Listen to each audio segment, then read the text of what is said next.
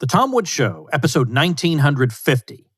Prepare to set fire to the index card of allowable opinion. Your daily dose of liberty education starts here. The Tom Woods Show. Hey everybody, Brian Piotr is a Mises Caucus libertarian running in a head-to-head race for Broomfield City Council in Colorado. In this battle of ANCAP versus slave master baddie, would you consider donating $20? Visit taxfighter.com to help send the statists home. Hi everybody, Tom Woods here. I'm very glad to be joined once again by Alex Epstein, who is the president and founder of the Center for Industrial Progress. He's also the author of The Moral Case for Fossil Fuels, a book we've discussed on the show. And what I want to talk about today is something he did not too long ago. He testified at a hearing before the House Natural Resources Committee, and this is a committee that has AOC on it. And the subject matter had to do with Puerto Rico and energy. Now, as it turns out, as we'll discuss, it was actually a rather specific issue, but Alex is a big picture guy, and boy, did he bring the big picture to this testimony at this hearing. So I'm going to, on the show notes page, have the full text of the testimony, of course, tomwoods.com/1950. I'll have that there, and of course, a link to Alex's book, which I urge you to read, and all other Alex Epstein things will be sitting there waiting for you at tomwoods.com/1950. Alex, welcome back. Great to be here, Tom. All right, we got to talk about it. I mean, it's a little late. That was just because of me being in bed, but better late than never. I want to talk about your testimony. Now, tell me exactly. So it was the House Natural Resources Committee, and I'm going to link on the show notes page, which is episode 1950, so tomwoods.com/1950, to your extended written testimony, which everybody should read. I mean, what a great primer this is for anybody who wants to know about energy and fossil fuels. But you're talking specifically about Puerto Rico, and there are certain factors that are somewhat unique to Puerto Rico when we think about the United States and its territories. And one of those is the poverty level and the income of people in Puerto Rico and the amount of money they spend on energy. So let's start there. And then later we'll talk about AOC and stuff like that. But let's start with what you had to say, and let's start with the unique situation of Puerto Rico. Well, I'll start with that, but let me just say one quick thing about the hearing itself, because I think the hearing itself was framed in a way that I disagreed with, and that informed what I talked about. So the hearing was specifically about coal ash in Puerto Rico. So coal ash is a byproduct of burning coal, and it is something that human beings have developed very good ways of dealing with generally in terms of minimizing any negative impacts of it. And in fact, coal ash is used in many different kinds of industrial applications. But the premise of this was there is a coal ash problem in Puerto Rico. And so the thing to do is let's eliminate the coal plant. So it was specifically about let's eliminate this coal plant. Okay, so that's important because it's the usual thing I point out where it's just focusing on negative side effects and ignoring the benefits of something. And it also is this usual thing where you're not actually trying to solve the problem, you're trying to use the problem. In this case, to oppose coal plant instead of like fixing any problems, and then also oppose fossil fuels more broadly. So with that in mind, I found this all particularly offensive given what you raised, which is Puerto Rico's situation. So Puerto Rico has a poverty rate of 43%. So that's compared to 10% in the 50 states. The cost of energy is 3 times higher, and per capita income is $13,000. So you have people making $13,000 a year paying 3 times what most of us in the States. Now, a little less than 3 times what I pay in California, but nevertheless, you're paying way higher energy prices. And so my view is you cannot have any kind of okay hearing about Puerto Rico without discussing the fact that it is drastically underpowered and very related, very poor. And you should have an extreme interest in empowering Puerto Rico. And particularly if you know that not only is the energy expensive, but the electricity in particular is incredibly unreliable to the point where so many businesses wouldn't go to Puerto Rico that otherwise would. Businesses are fleeing because reliable electricity is so crucial. And then on top of that, this coal plant provides 20% and just about the most reliable, resilient 20% of Puerto Rico's electricity. It was one of the things that was least hardest hit by the hurricane a couple of years ago. So if you keep this in mind, I just want to give the context. This is why I thought it was so egregious to have a whole hearing that's designed to shut down the plant that provides 20% of the reliable electricity that Puerto Rico desperately needs, and to just, instead of looking for solutions to any problems and focusing on how do we empower Puerto Rico with a lot more electricity, which nobody seemed to be interested in. Did they mention green energy and say that at least maybe that could fill in some of the gap? Well, sort of, and this goes to AOC. I had a kind of semi-viral video where I expressed my frustration about nobody seeming to have any idea what is actually happening, because they're talking about, yeah, we can get rid of the coal plant. So they said they didn't acknowledge the need for more electricity. They just said that, oh, whatever the coal plant is providing, we can replace with solar and wind. And my first point is, it's not enough just to replace what it's providing, because what it's providing is so paltry. We need much more. So part of the point is, no, nobody was focused on more electricity, because they, like most people, don't place any value on energy, and they're just concerned about the alleged negative side effects of energy. But yeah, in terms of even replacing it, this is a joke. I mentioned that all quote unquote renewables, including solar, but not limited to solar, it's 2.5% of Puerto Rico's electricity. And insofar as it's solar and wind, it's unreliable. So again, we've got 20%, and they're saying shut it down tomorrow. AOC literally said you could shut it down tomorrow. And she cited a study by Siemens that I looked into. And she said, oh yeah, the Siemens study said it's absolutely possible to shut it down tomorrow, and there will be no adverse effects. And there are a couple of videos that I did, including an extended one on YouTube. And I just went through this, and I looked at the Siemens study that was submitted. It said no such thing. In fact, it said absolutely, not only can you not shut it down tomorrow, but they only considered shutting it down by 2027. And they said, absolutely, this will increase costs, even if you do it by 2027. So I was pretty shocked that she was saying that kind of thing so authoritatively. And then she had this witness who is an environmental lawyer, I think connected to Earth Justice or one of those organizations. And I refuted literally every statement they made about energy. And I tried to do it as politely as possible. And I thought there was some chance AOC would respond, but so far no response, even though, keep in mind, Puerto Rico, she has to care about. Her grandmother lives there. She advocated a policy that would absolutely ravage that island. It was based on completely false statements that I definitively refuted, more definitively than you could refute anything. And she seemed to have no interest. The only thing I saw that acknowledged my point was that she had none of her usual social media posts about this hearing. So usually she has all these great hero moments, and those were missing from her social media presence. That's a very polite way of putting it. Those were missing in this particular case.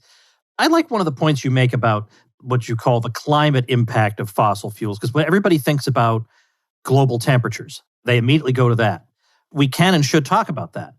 But I like your point that we need to think about climate in general, the various types of climate catastrophes that have occurred in the past, that the existence of fossil fuels on a large scale has actually served to very largely suppress.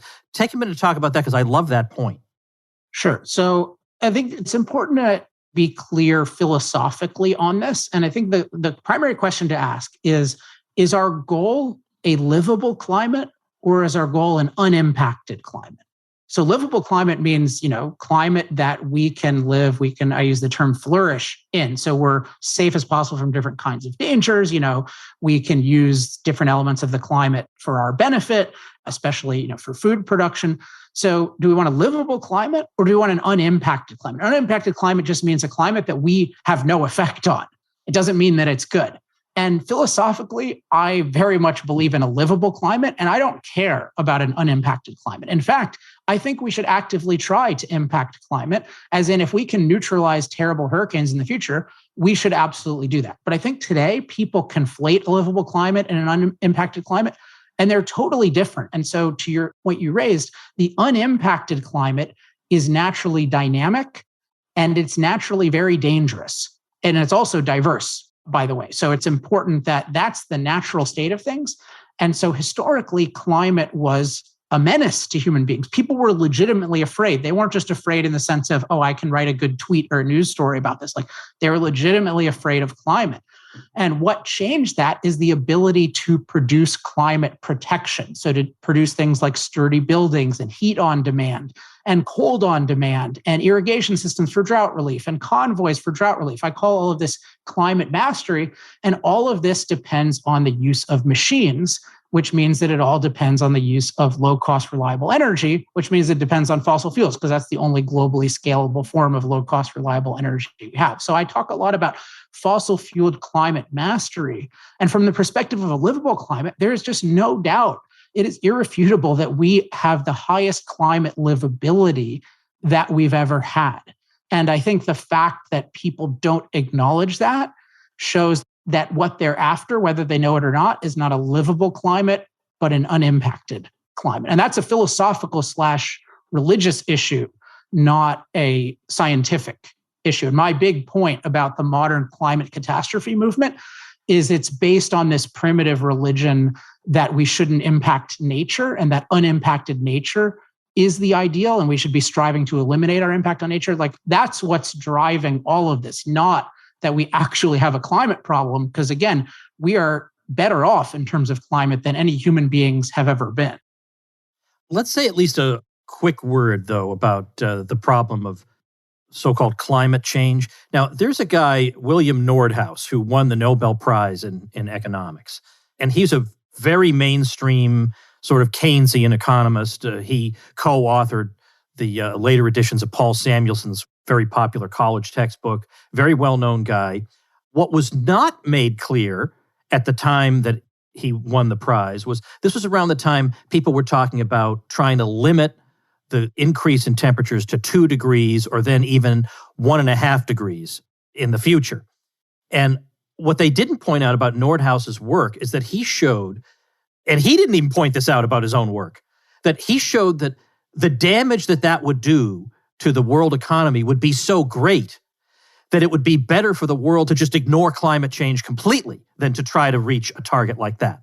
It would be better to do absolutely nothing about it than to try to attain a target like that. Not a soul, other than Bob Murphy, I don't know of a single soul who pointed this out about this guy. So, there's a bunch of people who pointed this out. I mean, good. Like Bjorn Lomborg has publicized this.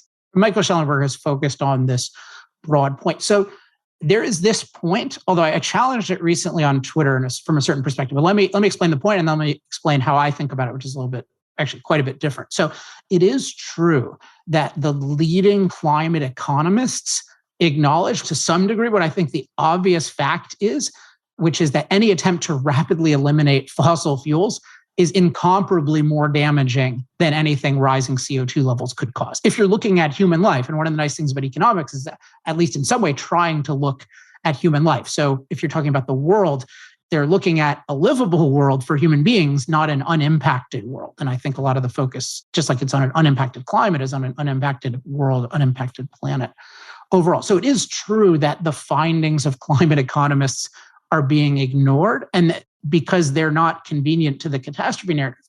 So I want to say something, though, about climate change and how we think about that. So I mentioned that we ignore the climate mastery benefits of fossil fuels because we're not focused on the right goal, which is advancing human flourishing, a more livable world, not eliminating human impact, having an unimpacted world. So you have to look at the benefits, which nobody looks at. But the other thing you have to do is you have to look at the climate side effects. So that's what people call climate change, but I would say man-made climate impact. You have to look at that from a human perspective, which means that you cannot assume that it is negative, let alone catastrophic. And can I give you a quick quiz, Tom? Oh, no, I hate quizzes. It's not a factual quiz. It's just a theoretical. Right. Okay. So let's say you had never heard of any of this stuff. Like you never heard of any findings about this and stuff. And all I told you was, and let's say there's no benefits associated with CO2 going in the atmosphere, which of course our whole lives depend on CO2 going, the energy we get from putting CO2 in the atmosphere. But let's just say you just heard that CO2 levels are going from 0.03% to 0.04%, and then they're headed toward 0.05% of the atmosphere. And you know two things about CO2 that everyone should know. So one is that it is a fertilizing gas, so it leads to more plant growth. And the other is that it is a warming gas. Okay, so it tends to lead to more warmth. given the fact, and I'll stipulate something, given the fact that we are in a cold period of the planet's history where far more human beings die from cold-related deaths to heat-related deaths, what balance of positive and negative impacts of rising CO2 would you expect? Well, I would think, given what you've just said, that certainly I wouldn't expect any catastrophe from this. Maybe this is some kind of leveling off. Maybe this is just some natural phenomenon, but I wouldn't expect anything catastrophic. Well, leaving aside whether it's natural or not, just it doesn't really matter because this kind of thing can happen naturally. But whatever is happening, I'm just saying, that, okay, there's this gas. It existed in this percentage, 0.03%. Now it's 0.04%. It's going to 0.05%. So you said you wouldn't expect it to be catastrophic. I think most people wouldn't. I would say you would have to make great effort to make me alarmed about this. I'll put it that way. Yeah, I think the basic view would be it's probably overall good. And then there are probably some negatives or concerns. So you might say, okay, well, some places there may be more heat waves. And then if you learn some details, you learn, oh, wait, warming is more distributed in cold places, particularly at northern latitudes. So that might make you even less worried because, okay, Siberia getting a little warmer is different than Mexico getting a little warmer. But even if you don't know that, so I think your general view would be, yeah, you're going to have a lot of good plant growth. It's going to be warmer, which will be beneficial to a lot of people. Sometimes the warming will be negative. And then if you just take, to push this one more level, what about things like drought and storms and flood? Would you expect all of those to get much worse? I would not. Why not? Well, honestly, the only time I ever really give this any thought these days is when people see various, let's say, weather-related catastrophes, and they just automatically assume that this is caused by global temperatures rising. And so my instinct is they're just constantly making stuff up. They're constantly attributing things to this cause that they can't possibly know, or that seems highly unlikely, or that just seems to feed into their fear-based narrative. That's the only time I think about this stuff. Yes, I think your inclination is totally right. And what I was just trying to get at with the question is that it doesn't make any sense that more CO2 would make everything worse. And that's sort of what's going on. There's this perspective that, if we add more CO2, everything is going to get bad. Yeah. I actually have thought the same thing. Why wouldn't there be at least some silver lining? Why doesn't anybody say, well, at least we'll have X, at least we'll have Y or Z?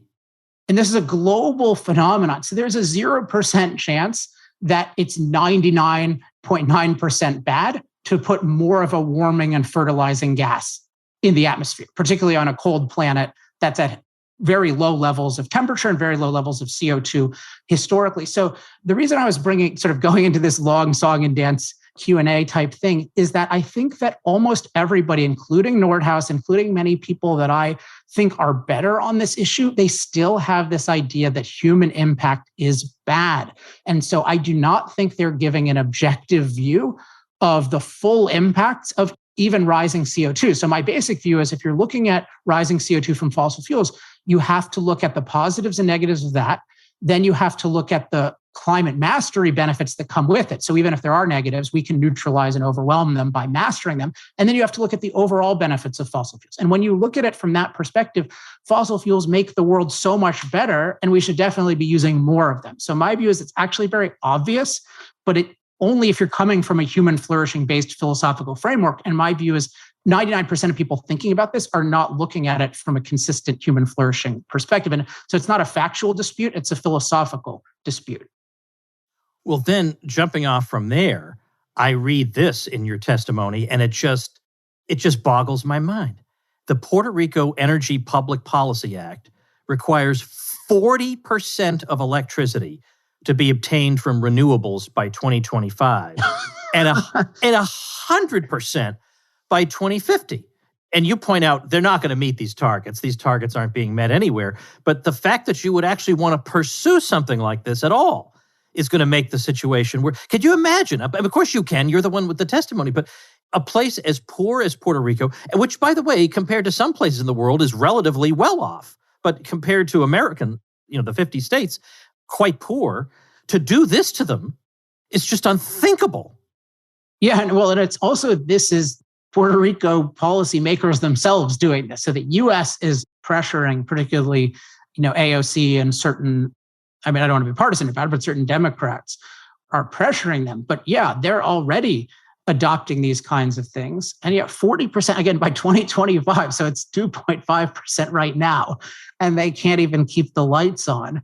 It's just a total, but you see this everywhere. I mean, it's crazy in Puerto Rico, but how crazy is it to talk about places in Africa where you've got, I think, over 500 million people without electricity at all in Africa. And they're talking about, oh, how do we reduce CO2? And the thing to say, by the way, about energy without CO2 is that, nuclear has a lot of long-term potential. Hydro is effective, but you can only build it so many places.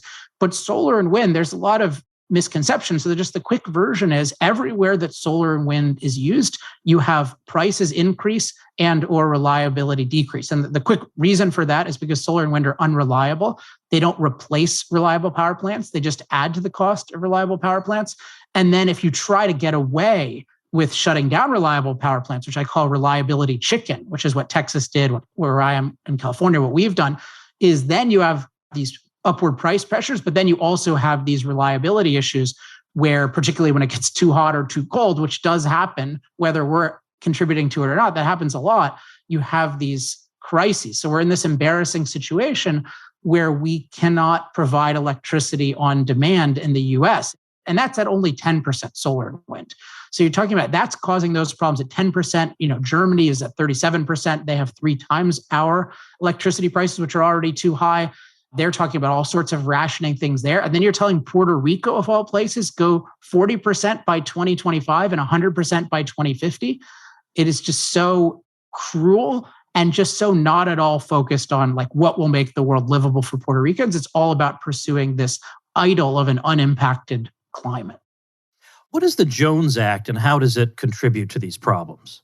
So the Jones Act, and this is not something I'm a specialist in, but essentially it restricts what kinds of vehicles can transport things where, and it just prevents the cheapest kinds of transportation. Basically it prevents, if the US is going to transport something, we have to use these very rare authorized kinds of ships. And so the US can't transport coal and natural gas directly to Puerto Rico, even though that would be most cost effective. So then they end up getting it from other places. So, which just contributes to higher prices because Puerto Rico is an island. And so they do need to, at least at this stage of domestic production, they do need to import quite a bit. So yeah, we need to eliminate any irrational restrictions on importation and therefore of export from the US. You tell a story at the end of your testimony taken from an African country where there was a child born weighing 3.5 pounds. This child was full term, but weighing only 3.5 pounds. In the US, you would have known incubation is what to do. But as I guess somebody testified from there, but without reliable electricity, the hospital did not even contemplate owning an incubator. So there are all these hidden, no one is going to look at that situation in that case and say, this is because of the energy policies we've pursued. So much damage is done beneath the radar because nobody knows what the cause of it is. Yeah, and I think we're in a society that just totally devalues energy. So this wouldn't occur to people. When we talk about Africa today, we hear oh, what about climate change? What's going to happen if there's more rainfall or less? And are you kidding me? You need to industrialize. You need to use machines to produce food and to produce clean water and to heat and cool buildings. And you need those things. And the world is not a livable place without those things and the energy that powers them. And so an incubator is a great example. It's such an unnatural, amazing thing that provides this little environment for a human being at the most fragile stage of its life. And nobody in the US, would anyone in the US not use an incubator for their child if they found out that it was partially powered by coal? They would still use it. And it is in some way, or it's definitely powered by some fossil fuel. And yet we're telling people in Africa and India and Indonesia, we're telling them, hey, don't pursue this. Pursue green energy, which we're totally failing at with our level of wealth. Let me ask you about how the hearing proceeded. Presumably there were other witnesses other than you. Yes, there were, I think, 5 total, something like 4 or 5. How many of them would you say were at least partially on board with you? Oh, I would say half or a quarter of a witness, maybe. A quarter of a witness, okay. Keep in mind, the whole setup was coal ash is terrible. Let's shut down this plant. So it was very, I would say, myopically focused on this and not in a solution-oriented way. And the people who were testifying, and I was a minority witness, so that's part of it because the Democrats were holding the hearing. So I think they only got one witness. There was a spokesperson for one of the entities there, and he was saying some pretty, some, I would say, mildly rational stuff. He was also way too much sort of advocating renewables and not focused enough on the need for more energy. But, one of the doctors or something said something like, I think you'll appreciate or not appreciate this properly, said something like, economics should never take precedence over health. It's like, health is not something that's produced in an economy. It just exists naturally, as we know from history. Yeah, that's just crazy. So now, given that you are approaching this from a big picture point of view, but at the same time with a lot of detail and all the facts and figures you could ask for, did it get contentious at any point? Did anybody challenge you or accuse you of being funded by the fossil fuel industry or whatever?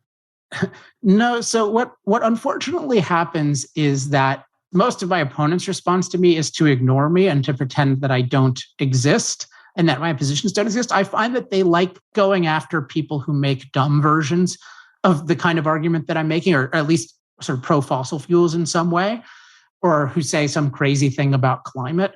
So they didn't engage, but I'm pretty good at taking the opportunity to engage when they don't want. So there's one guy, I think his name is Espayat, and this is a pretty entertaining video. I think he asked some open-ended question. I think it was about the Dominican Republic, and he definitely wanted all the anti-fossil fuel people to answer. He definitely didn't want me, but he said, does anyone have an opinion? So I was like, all right, I have an opinion. So I talked about, hey, why aren't you talking about the fact that Dominican Republic since 1960 has had a life expectancy increase of 20 years and that fossil fuels have played a crucial role? Like, why don't you talk about that?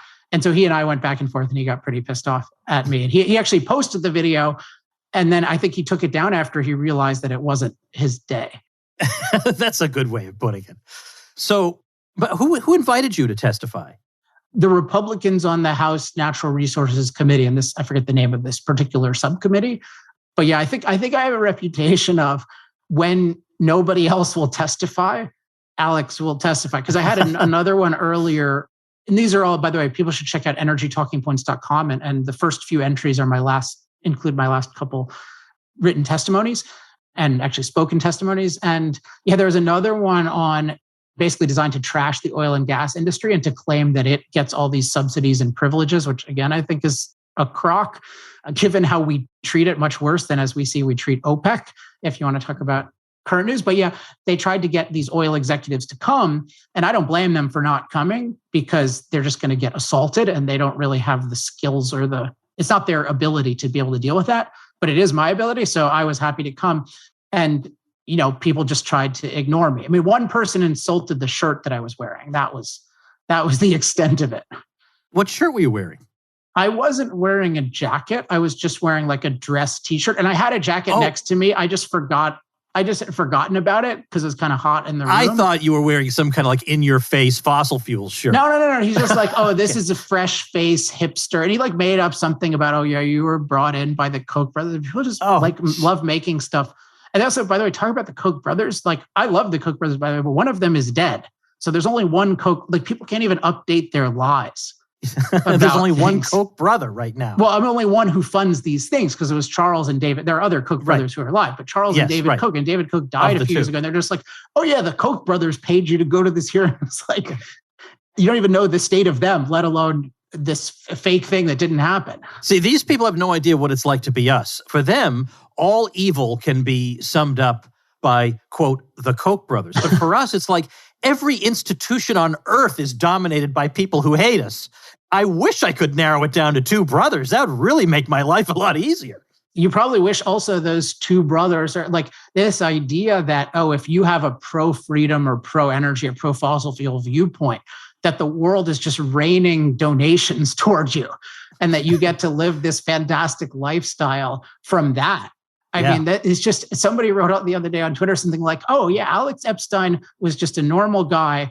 And it was literally something like, and then the Koch brothers paid him to, you haven't gotten a single check from these people. Well, Actually, no, I've spoken at one of their events before. No, so I've spoken at an event too here. I mean, that's trivial. It's not like they're paying my salary or anything. Oh, right. But it's just this idea that it's just this imagination.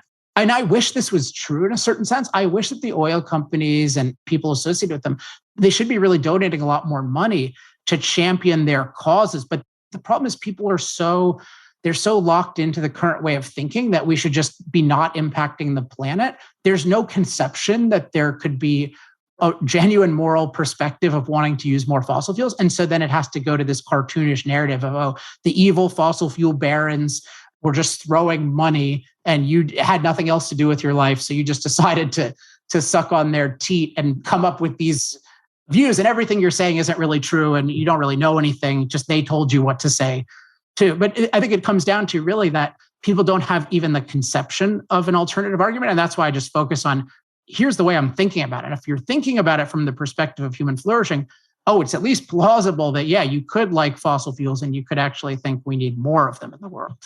Yeah, that's an excellent point.